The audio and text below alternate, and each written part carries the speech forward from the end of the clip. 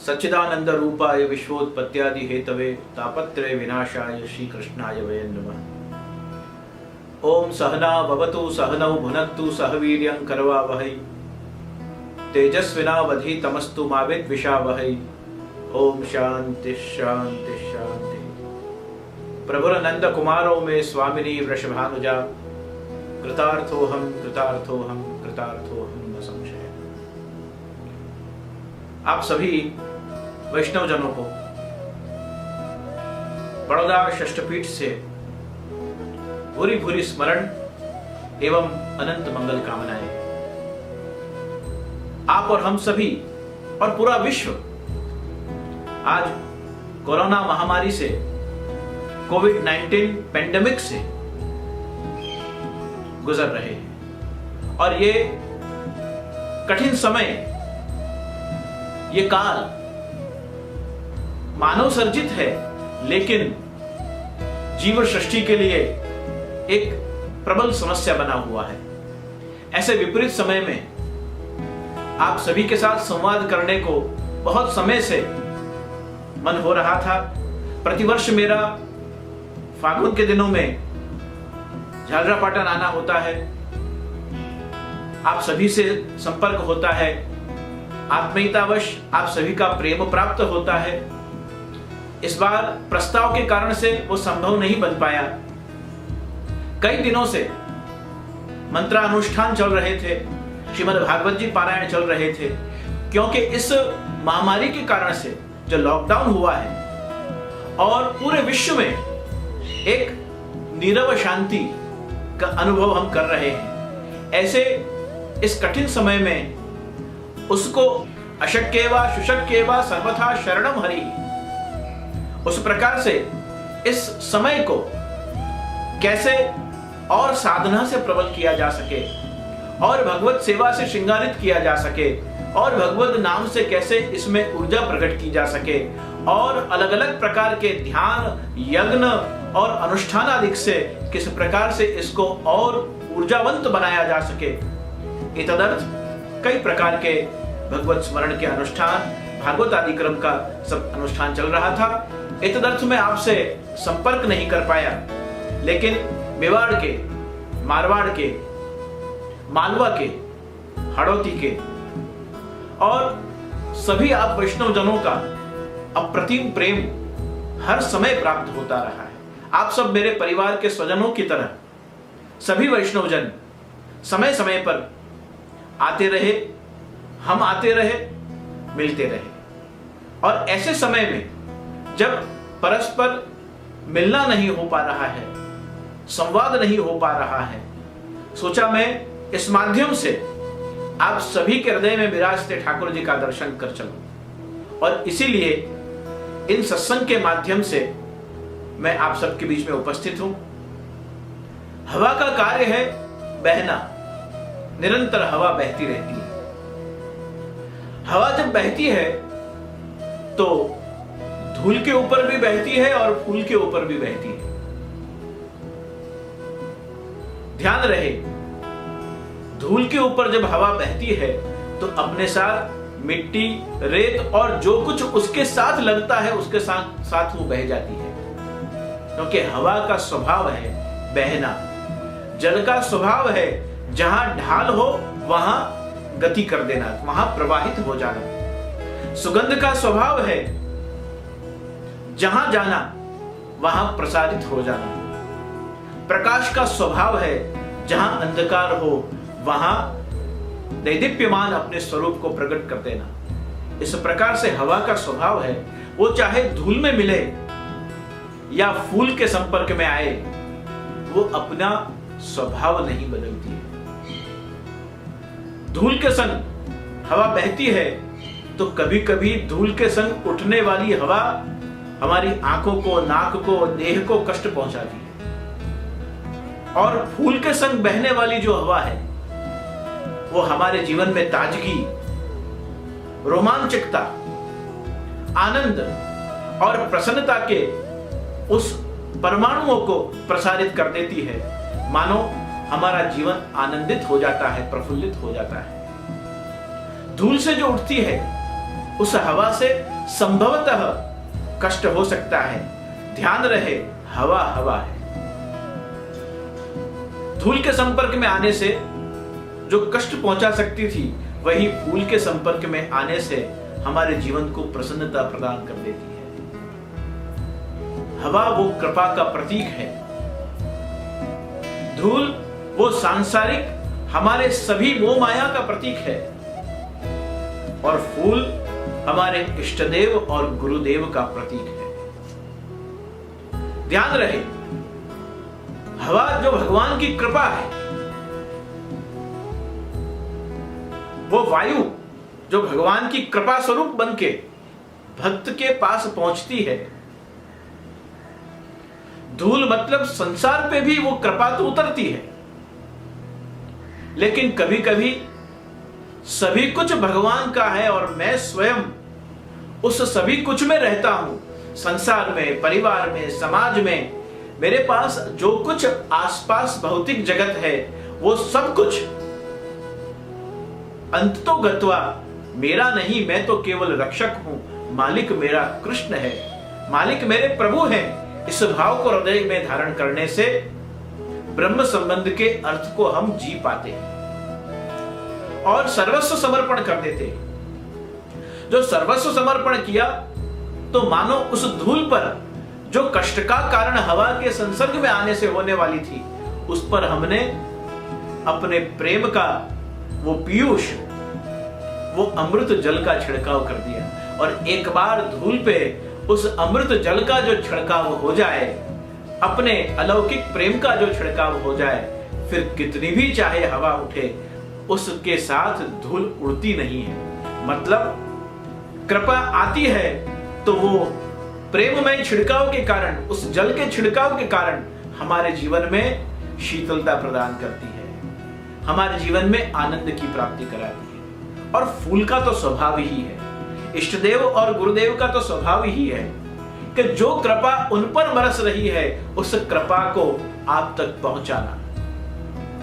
फूल की सुगंध ये नहीं देखती है कि कौन श्रीमंत है और कौन गरीब है, कौन संपन्न है और कौन निष्किंचन है, कौन स्वस्थ है और कौन रोगी है, कौन प्रसन्न है कौन अप्रसन्न है।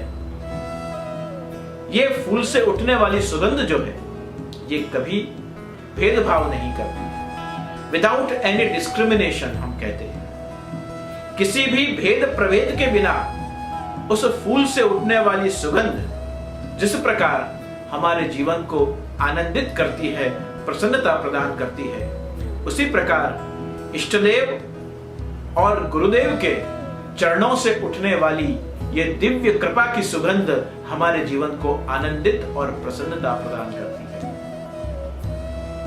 उसमें एक मुख्य कारण और भी है, फूल अपने जड़ों से जुड़ा हुआ है, धूल अपने जड़ों से जुड़ी हुई नहीं है। फूल का जुड़ाव धरती और उसके अंदर अपने मूल तत्वों को, जिस पे कृपा का जल सींचा जाता है, उसका पान करते हुए वो शाखाओं तक आती है, और शाखाओं से पल्लवित होने वाले वो जो पुष्प हैं, वो सुगंध को धारण करते हैं।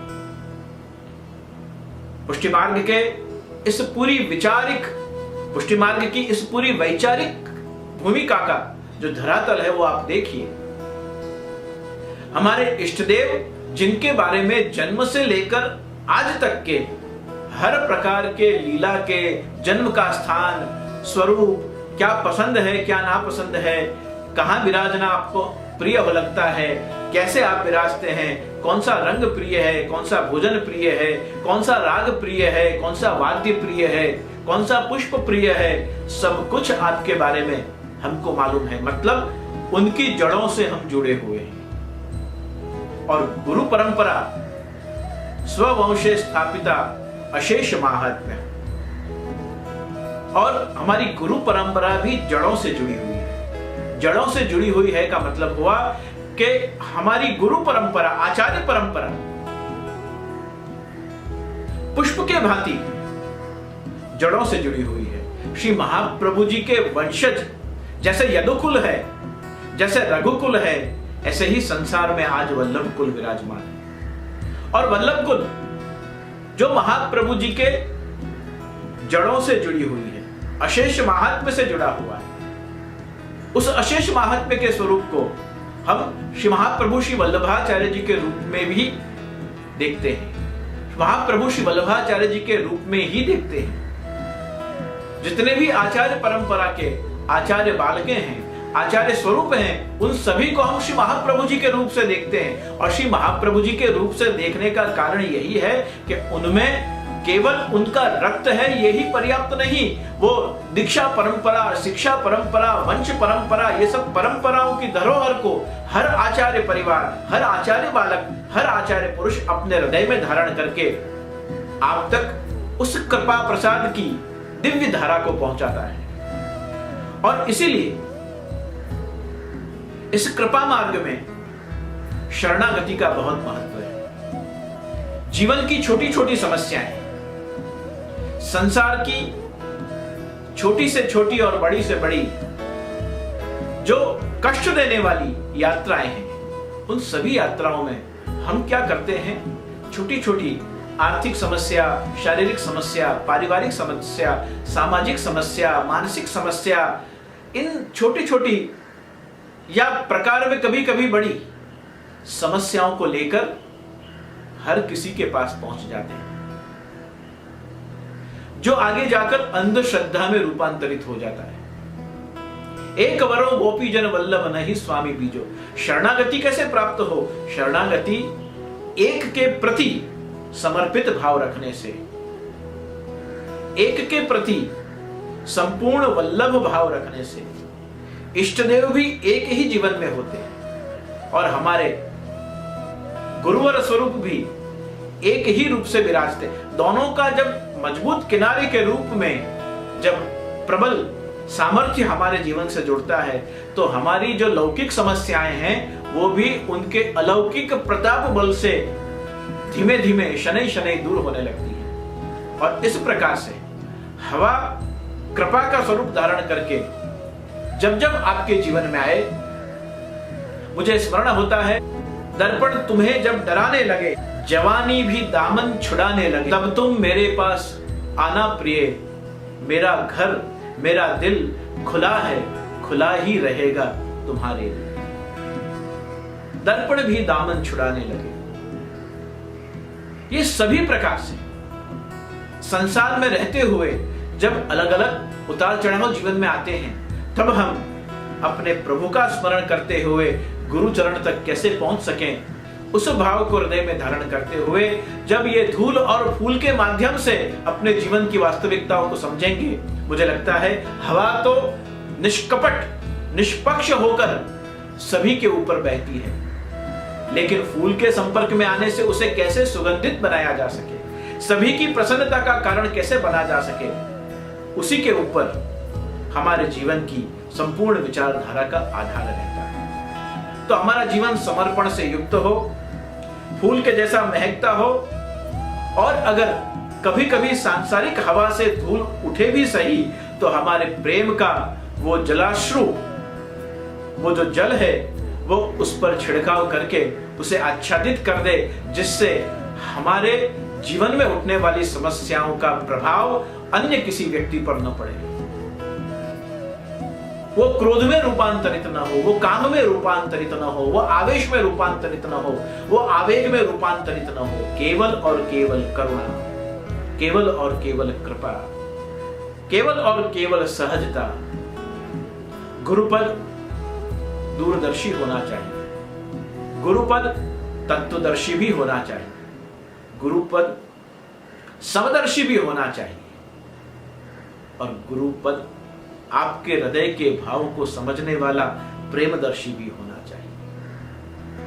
और ऐसा गुरुपद जब मिल जाए, तो उस प्रेम दर्शना के कारण, उस दिव्य दर्शना के कारण, उस तत्व दर्शना के कारण, उस समदर्शना के कारण हमारे जीवन में एक नई ऊर्जा का संचार होता है। और इस नई ऊर्जा को ही हम आज के जीवन में कृपा कहते हैं। उस कृपा तत्व का अनुभव जीवन के क्षण क्षण करें।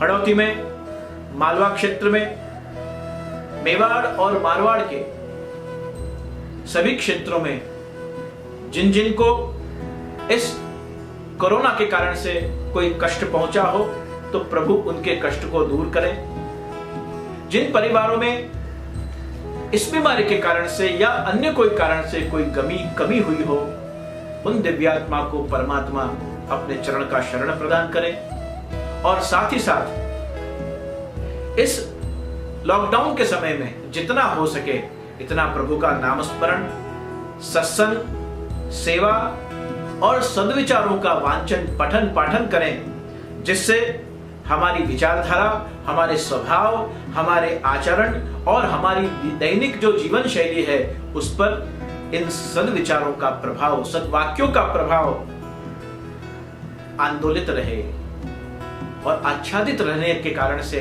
हमारे जीवन में वे ऑफ पॉजिटिव थिंकिंग, नकारात्मक दृष्टिकोण प्रकट हो, उसके माध्यम से सद्बुद्धि आए। बुद्धि तो है हमारे में, स्वार्थ के प्रति बहुत जागृत रहती है, लाभ के प्रति बहुत जागृत रहती है, लेकिन सद्बुद्धि का आवरण हो, जिससे हमारे लाभ में हमारे साथ साथ और कई लोग सहयोगी हैं, कारणभूत हैं, अधिकारी हैं, इसका एहसास हमें होता है। निरंतर इस प्रकार की जब साधना प्रणाली अपने जीवन में आत्मसात होगी, मुझे लगता है हम साथ में मिलकर, क्योंकि इस पुष्टि भक्ति मार्ग के आप और हम सभी सहपथिक हैं, दोनों रथ के पहिए, हम आपके बिना अधूरे हैं, आप हमारे बिना अधूरे हैं। तो आइए साथ में मिलकर इस रथ के दोनों चक्रों को समरूप से गतिमान करें और उस रथ में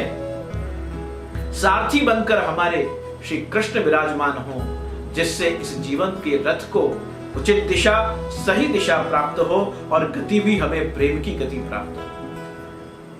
मोक्ष की गति की यहां किसे कामना है? बारंबार मोहे दीजिए या ही ब्रज बसवो, बार बार हमें इसी चरण की शरण की प्राप्ति करनी है। तो मुझे स्मरण हो रहा है पाटन की, झालरा पाटन की पुष्टि भक्ति सत्संग समिति, जो प्रतिवर्ष कारणभूत बनती है आप सभी के दर्शनों के लिए, श्री द्वारकाधीश प्रभु की सेवा के लिए, अनेक विध मनोरथों के लिए, अनेक प्रकार के सांस्कृतिक कार्यक्रम और सत्संग के लिए। इस बार वो आयोजन प्रस्ताव के बाद इस महामारी का आक्रमण इतदर्थ नहीं संपन्न हो पाया। लेकिन आप जहां जिस गांव में हैं, चाहे मालवा क्षेत्र के हों, चाहे हड़ौती क्षेत्र के हों, मेवाड़ के हों या मारवाड़ क्षेत्र में विराजमान हो, प्रीतिपूर्वक आप सभी का कल्याण हो, आप सभी की गति मति परमात्मा के चरणों में स्थिर रहे। पुष्टि पुरुषोत्तम की कृपा आप सभी पे अविरत वर्षित होती रहे, ऐसी मेरी अंतर की मंगल कामनाएं आप सभी के लिए व्यक्त कर रहा हूं।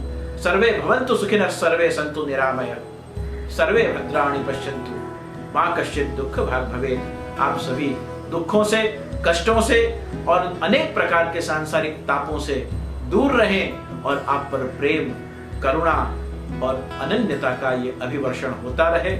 यही मंगल कामना के साथ आप सभी की कल्याण की कामना प्रभु श्री कल्याण राय प्रभु के चरणों में करते हुए अपने शब्दों को, वाणी को विराम दे रहा हूं। शुभम भवतु, कल्याणमस्तु।